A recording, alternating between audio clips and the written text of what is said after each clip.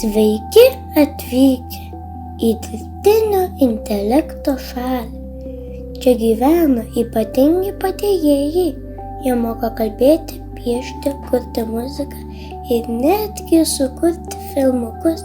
Įsivaizduokite šią šalį kaip debesyse plūduriuojančias salas. Kiekviena sala turi savo paskirtį. Vienoje dirba kalbos išminčiai, kitoje vaizdų kūrėjai, dar kitoje garso burtininkai ir visos jos kartu padeda žmonėms kurti stebuklus.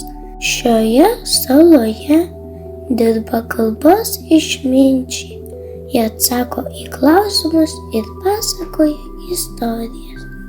Čia dirbtinis intelektas kuria vaizdo įrašus nuo pasakų iki animacijos. Šioje vietoje gimsta balsai, muzika ir garsai.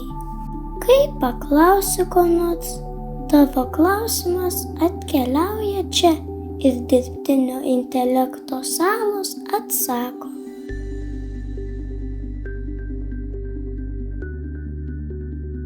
Per kūrybinių technologijų užsiėmimus Bit and Byte akademijoje sužinosi ne tik, ko galima paklausti, bet ir kaip paklausti.